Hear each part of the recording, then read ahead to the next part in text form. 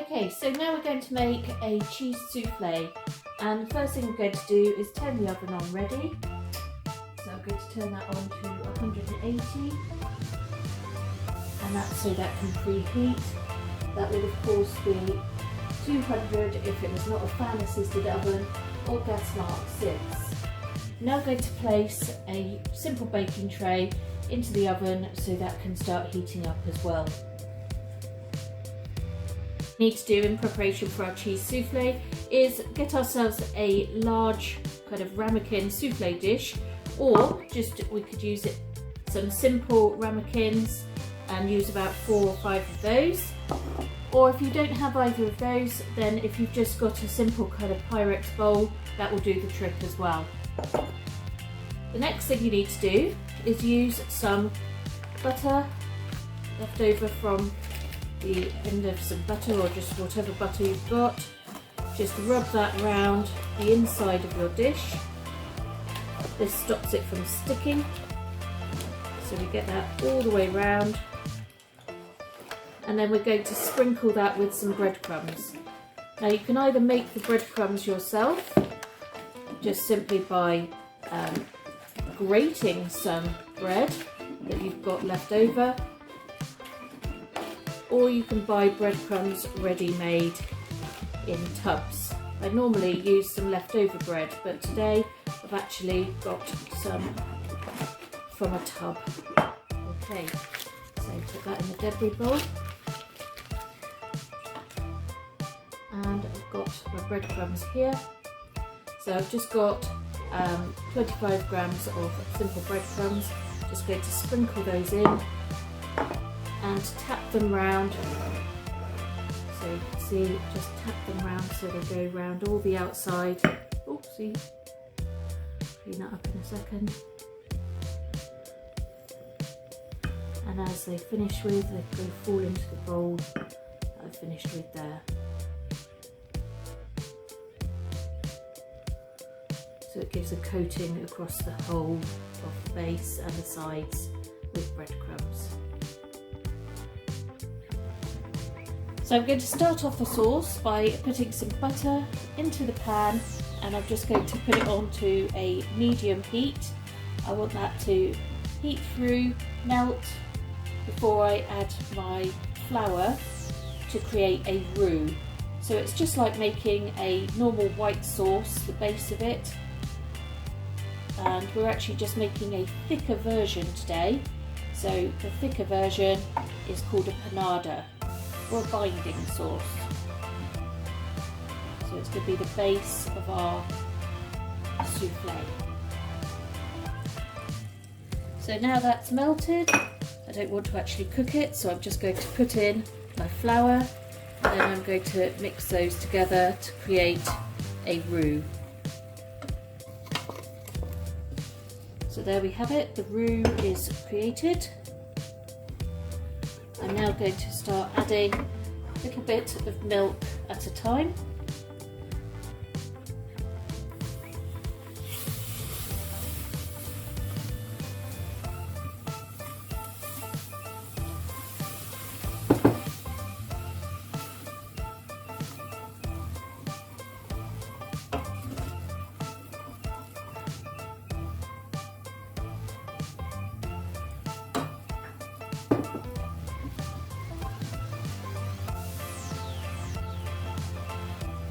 And I'll do that until all of the milk has been combined and you've got a nice thickened sauce.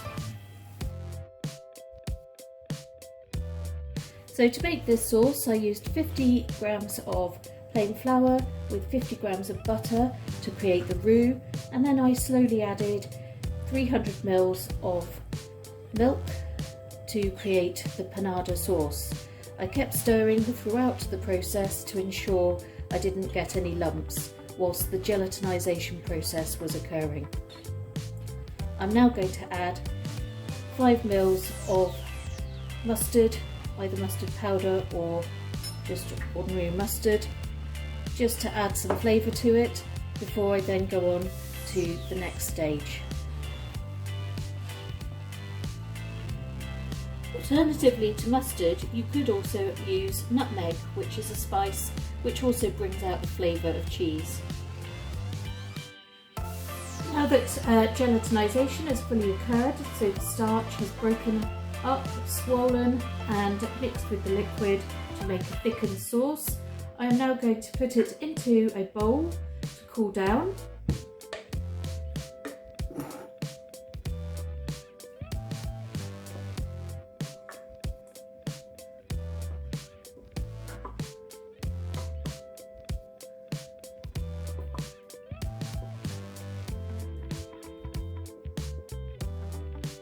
Now I'm going to add the eggs, but the eggs need to be used separately.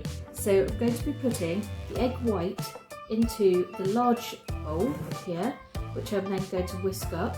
And I'm going to be putting the egg yolks directly into the sauce to mix them. I'm going to break these open. I've got 4 eggs. I do each one at a time so that I don't get any egg yolk into the egg white. So as I break them, you see there's no egg yolk going into that egg white there.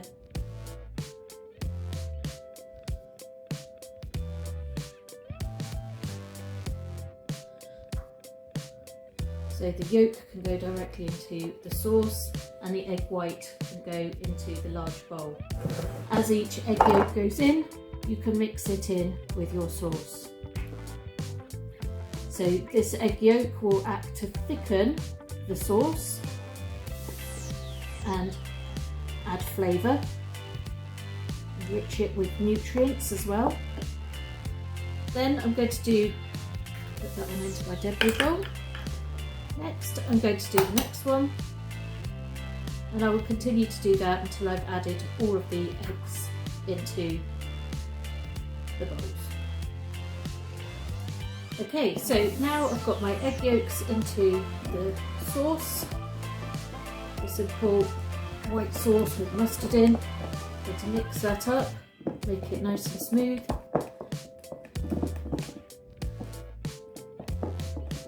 So all the while this is still cooling down, I'm going to add my cheese.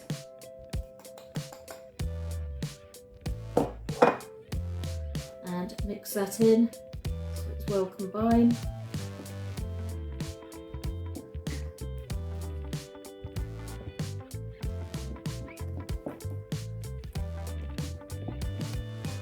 And I'm also going to add some salt and pepper to season it.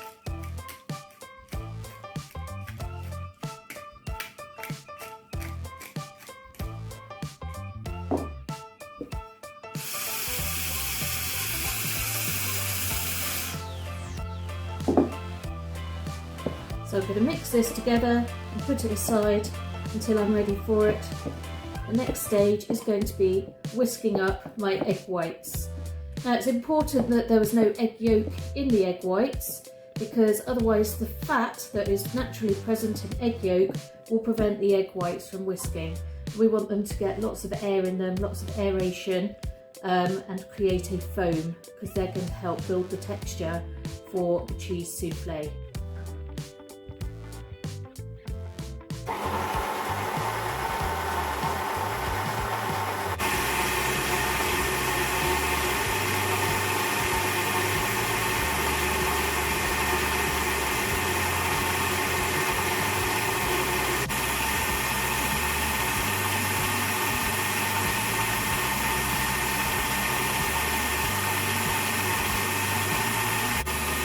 Okay, we're just about done with this now.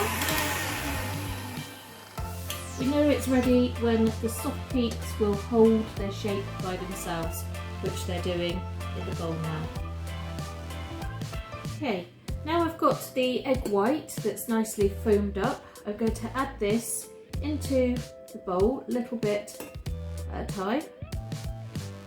And I'm going to use the metal spoon and incorporate it in a figure of 8.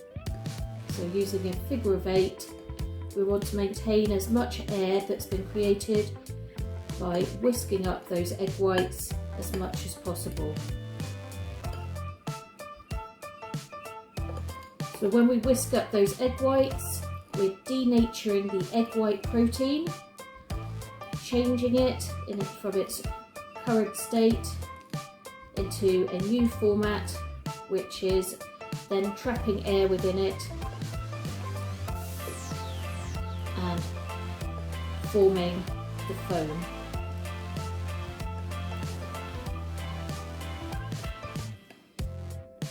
Okay.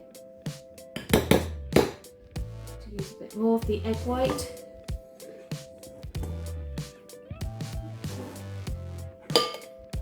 Bit of a mess here.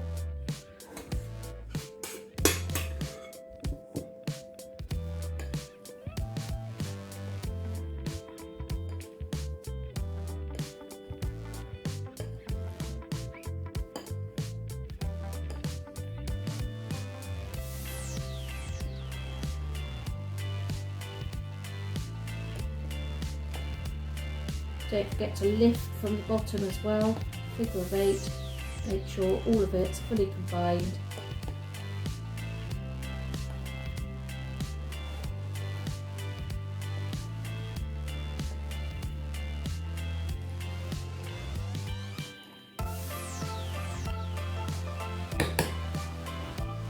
And the last of the egg white going in, foam.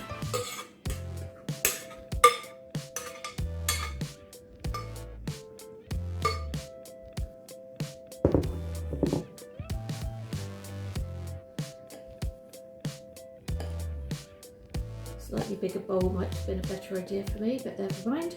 Here now.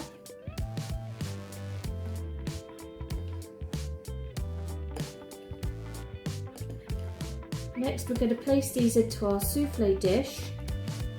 Now the dish I've chosen is a bit too small actually, so I've also created a ramekin with some breadcrumbs on as well around the outside. As I say, make sure you do the lifting from the bottom as well to make sure it's all combined throughout. Now this is a dish that you would make and serve immediately. So it's going to go into the oven for about 30 minutes now, and I want it to lift like a souffle. That's cool. So I'm going to put this mixture into my dish. As I say, there's just a little bit too much. Or maybe it'll be okay actually. Maybe I'll just use this one.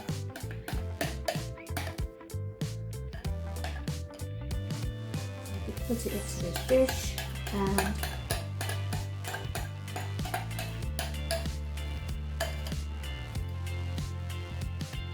then we're going to use a knife, simple table knife, to do what's called top hatting, and that is where you just go round the outside just to form a little bit of what we call a hat there, top hatting, and that should help the lift. Okay, I'm now going to put that in the oven. As I say, it should be done within 25 to 30 minutes. What we're looking for is that it's got a golden top and it's risen and has a very slight wobble, and then I would serve it immediately. So here it is, the finished souffle.